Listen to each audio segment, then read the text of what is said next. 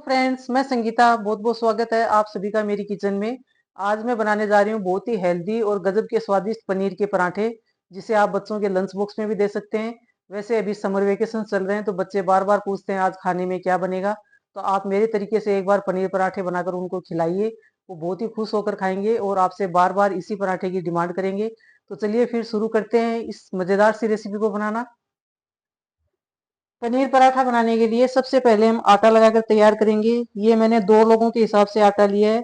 आपके घर में जितने मेंबर है उस हिसाब से आप आटा ले लें। मैंने इसको छान कर लिया है। अब हम इसमें स्वादानुसार नमक डालेंगे और थोड़ी सी हम इसमें अजवाइन डालेंगे हथेली पर इस तरह से क्रश करके। इससे अजवाइन का अच्छा फ्लेवर आता है हमारे आटे में और इन पराठों में अच्छा लगता है। अब हम इसमें थोड़ा सा गड्ढा करके 1 से 2 छोटे चम्मच हम घी डालेंगे। आप चाहें तो ऑयल भी डाल सकते हैं, ऐसी कोई बात नहीं है कि घी डालें, लेकिन इससे पराठे बना रहे हैं तो घी में ज़्यादा अच्छे लगते हैं। अब हम इसे मिक्स करते हुए और थोड़ा थोड़ा पानी डालकर इसका एक सॉफ्ट आटा लगाकर तैयार करेंगे।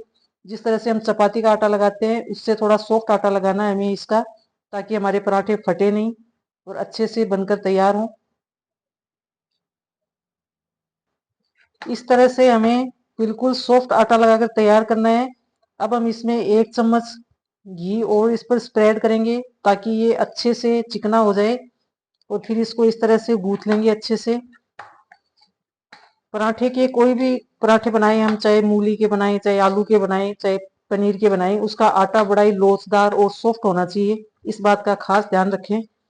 इस तरह से अब इसको इकट्ठा करते हुए हम इसको एक बर्तन से ढक देंगे और फिर इसको 20 से 25 मिनट या फिर आधे घंटे के लिए रेस्ट पर रखेंगे।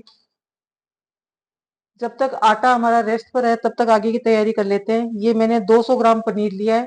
इसको ग्रेट कर लेंगे अच्छे से इस तरह से। ये देखिए, आप चाहे तो इसे हाथ से भी मसल कर इसको क्रम्बल कर सकते हैं।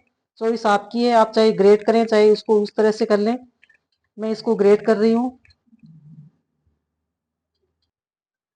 ये देखिए, इस तरह से पनीर को मैंने अच्छे से ग्रेट कर लिया है। इसको एक तरफ रख देते हैं। ये मैंने एक स्लाइसिस में प्याज कट किया इस तरह से लंबे लंबे टुकड़ों में, ताकि हमारे पराठे में जाने के बाद ये फटे नहीं। और ये मैंने कुछ खड़े मसाले लिए हैं। आधा छोटा चम्मच साबुत धनिया, 8 से 10 काली मिर्च के दाने और आधा छोटा चम्मच जीरा साबुत। अब इन सारी चीज़ों को हम लो फ्लेम पर अच्छे से रोस्ट कर लेंगे। ये मसाला बहुत ही इंपॉर्टेंट है इस पराठे के लिए, तो आप इसे ज़रूर से डालें।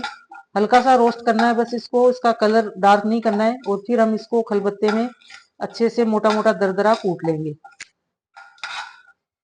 ये देखिए, बस हमें इतना ही इनको भूनना है, इनका कलर चेंज बिल्कुल भी नहीं करना है। अब हम इसको दरदरा कूट लेंगे। इसमें आप चाहें तो मिक्सी जार में भी कर सकते हैं, लेकिन उसमें हमें फाइन पाउडर नहीं बनाना है। इस तरह से मोटा मोटा कूटना है, इसका बहुत अच्छा फ्लेवर आएगा हमारे पराठे में। मसाले को हमें इस तरह से दरदरा कूटना है, ये देखिए आप। अब हम आगे की तैयारी करते हैं। अब मैं आपको वो ट्रिक बताऊंगी। सबसे ज्यादा दिक्कत कहाँ आती है कि पनीर पराठे बनाते हैं तो वो पराठे फटते हैं। किस वजह से? क्योंकि जब हम मसाले को फ्राई नहीं करते, कच्चा मसाला उसमें भरते हैं, तो प्याज वगैरह सॉफ्ट नहीं होते, या फिर ये नमक के कांटेक्ट में आने के बाद पानी छोड़ देते हैं, तो हमारे पराठे फटने लगते हैं। तो हम अब इस मसाले को सारे को मिक्स करके फ्राई करेंगे। तो उसके लिए मैंने एक पैन चढ़ा दिया है। इसमें मैं 1 से 2 छोटा चम्मच घी ऐड कर रही हूँ। आप चाहें तो ऑयल ऐड कर सकते हैं, क्योंकि मैं घर में बना रही हूँ और बच्चों के लिए बना रही हूँ तो मैं घी डाल रही हूँ। तो इस आप पर आप तेल भी ऐड कर सकते हैं। इसको गर्म होने देते हैं। इधर घी हमारा गर्म हो गया है, इसमें मैं थोड़ा सा जीरा डाल रही हूँ। जीरा क्रैकल होने के बाद मैं इसमें 2 पिंच हींग डालूंगी। इन दोनों चीज़ों को अच्छे से मिक्स करेंगे। अब हमने जो प्याज लंबे स्लाइसिस में कट करके रखा था ये इसके अंदर ऐड कर देंगे। और इसे हमें ज़्यादा नहीं पकाना है, बस ट्रांसलूसेंट सा हो जाए। और इसको हाई फ्लेम पर पकाएंगे ताकि प्याज हमारा पानी ना छोड़े। प्याज हमारे अच्छे से फ्राई हो गए हैं, इससे ज़्यादा इनको डार्क नहीं करना है। अब मैं इसमें ये ग्रेट किया हुआ अदरक डाल रही हूँ। आप चाहें तो इसको कूट कर भी डाल सकते हैं और चाहें तो इसमें लहसुन भी ऐड कर सकते हैं, लेकिन मैं अदरक ही डाल रही हूँ। इससे हमारे पराठे में बहुत अच्छा टेस्ट आएगा। इसको हम 1 या आधा मिनट के लिए भून लेंगे, अदरक का कच्चापन निकल जाए। अदरक को भूनते हुए 1 मिनट हो गए। अब हम इसमें कुछ मसाले ऐड करेंगे। ये स्वादानुसार नमक, थोड़ा सा हल्दी पाउडर, इससे हमारे मसाले में अच्छा कलर आएगा। और ये कश्मीरी लाल मिर्च डाल रही हूँ, जिससे ज़्यादा तीखा भी नहीं होता और इससे कलर भी अच्छा आता है। इन सारी चीज़ों को मिक्स कर देंगे। और ये मैंने भुने हुए जीरे का पाउडर और थोड़ा गरम मसाला लिया है, ये भी इसी में ऐड कर रही हूँ, इसे भी मिक्स कर देंगे। अब हमने जो सीक्रेट मसाला बनाकर तैयार किया था, जिसको भूनकर कूटा था, वही मसाला है ये भी इसी के अंदर ऐड कर देंगे। इन सारी चीज़ों को हम मिक्स कर देंगे और इसे 20 से 30 सेकंड के लिए भून लेंगे, ताकि मसाले हमारे अच्छे से पक जाएं और पराठे में इनका कच्चा टेस्ट ना आए। आप इस तरह से एक बार मसाले भूनकर पराठे बनाकर देखिएगा, बहुत ही टेस्ट गजब का आता है इसमें। क्योंकि मैं हर पराठे इसी तरह से बनाती हूँ। अगर हम कच्चा मसाला फिलिंग में भरते हैं पराठे में और वो बनाते हैं तो टेस्टी तो होते हैं वो, लेकिन उनमें कच्चा कच्चा सा फ्लेवर आता रहता है। मसाले हमारे भून चुके हैं। अब मैं इसमें ये ग्रेट किया हुआ पनीर डाल रही हूँ। पनीर डालने के बाद गैस को ऑफ कर देंगे, क्योंकि हमें पनीर को ज्यादा पकाना नहीं है, नहीं तो ये हार्ड हो जाएगा। अब हम सारी चीजों को मिक्स कर देंगे इस तरह से।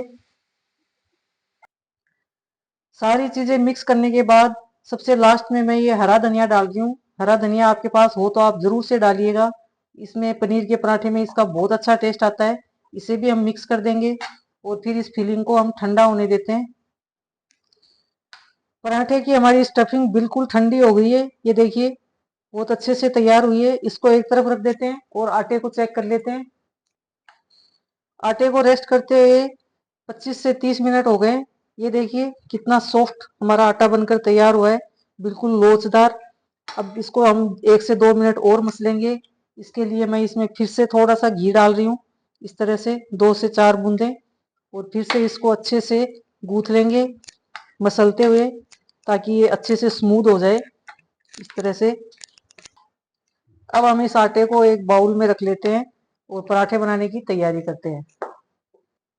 इधर हम तवा गर्म होने के लिए चढ़ा देते हैं। अब हमने जो आटा लगाया था उसमें से एक पेड़ा लेंगे। चपाती नॉर्मल जो चपाती बनाते हैं उससे थोड़ा सा हमें ज्यादा लेना है और इसका एक पेड़ा बनाकर तैयार कर लेते हैं। थोड़ा सा सूखे आटे में इसको डस्ट करते हैं। उसके बाद इसकी एक चपाती बना लेते हैं। चपाती को बेलने के बाद अब हम इसमें स्टफिंग भरेंगे, जितनी आप भर सके। मैं 2 चम्मच भर रही हूँ, छोटे छोटे 2 चम्मच है ये। थोड़ा सा और डाल देती हूँ इस तरह से। अब इस स्टफिंग को इस तरह से इकट्ठा करते हुए हमें इस रोटी को इस तरह से फोल्ड कर लेना है, इस तरह से।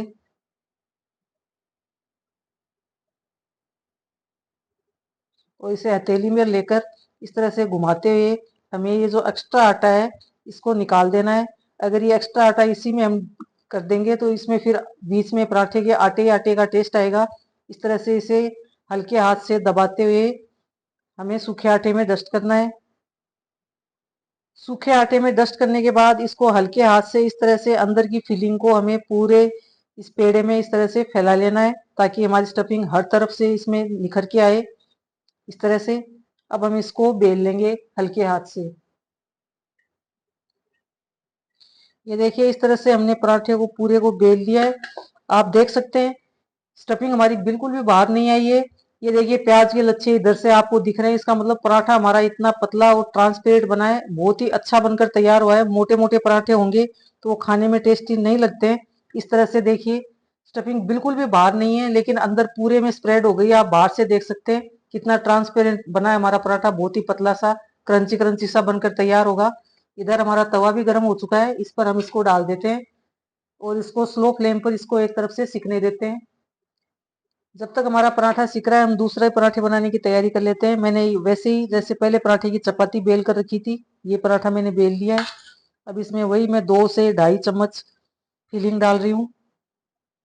फिर से उसको हमें इसी तरह से इकट्ठा कर लेना है और इसको इस तरह से हमें फोल्ड करते हुए चारों तरफ से एक इसका पेड़ा बना लेना है। फिर से हमें फिलिंग को अंदर लेते हुए इस तरह से, और अब इसको घुमाते हुए एक्स्ट्रा आटा है इसको हम हटा लेंगे। ये देखिए इस तरह से एक्स्ट्रा आटा हटा लिया, इसको वापस से आटे में शामिल कर देंगे और इसको इस तरह से दबाते हुए हम सूखे आटे में डिप करेंगे। इसको इस तरह से हमें उंगलियों की सहायता से दबाते हुए पूरी फिलिंग को स्प्रेड कर लेना है। इधर हमारा पराठा भी सिक रहा है, उसको देख लेते हैं पहले। ये देखिए कितना अच्छा सिक कर तैयार हुआ है। अब हम इस पे थोड़ा थोड़ा घी स्प्रेड कर देंगे घी में पराठे बनाते हैं ना तो उनका टेस्ट बहुत ही गजब का आता है। आप चाहे तो ऑयल में भी बना सकते हैं या बटर में भी बना सकते हैं, जो आपकी चॉइस है। इस तरह से, इसी तरह से पराठे के दूसरी तरफ भी हम घी लगाते हुए इसको अच्छे से सेक लेंगे। ये देखिए हमारे पराठे कितने फूले फूले बनकर तैयार हुए हैं, बहुत ही अच्छे लग रहे हैं। इसको और थोड़ी देर सेकना है होगा हमें, अच्छे से चारों तरफ से सिकना चाहिए। पराठा हमारा बनकर बिल्कुल तैयार है, देखिए कितना प्यारा कलर आया है। इसको उतार कर हम एक प्लेट में रख लेते हैं। इसी तरह से हम सारे पराठे बनाकर तैयार कर लेंगे। ये देखिए कितने फूले फूले पराठे बनकर तैयार हुए हैं। आप मेरे तरीके से बनाएंगे ना तो इसी तरह फूले फूले बहुत गजब के स्वादिष्ट पराठे बनेंगे। ये हमारे मसाले को भूनने का और इसको फ्राई करने का यही मतलब था कि इससे हमारे पराठे बिल्कुल भी नहीं फटते हैं, क्योंकि सारी प्याज और सारी सब्जियों का पानी सूख जाता है और फिर पराठे बहुत ही अच्छे बनते हैं हमारे, क्रंची क्रंची फूले फूले। इसी तरह से हमने सारे पराठे बनाकर तैयार कर लिए हैं। ये देखिए कितने अच्छे लग रहे हैं। अब हम इनको सर्व कर लेते हैं।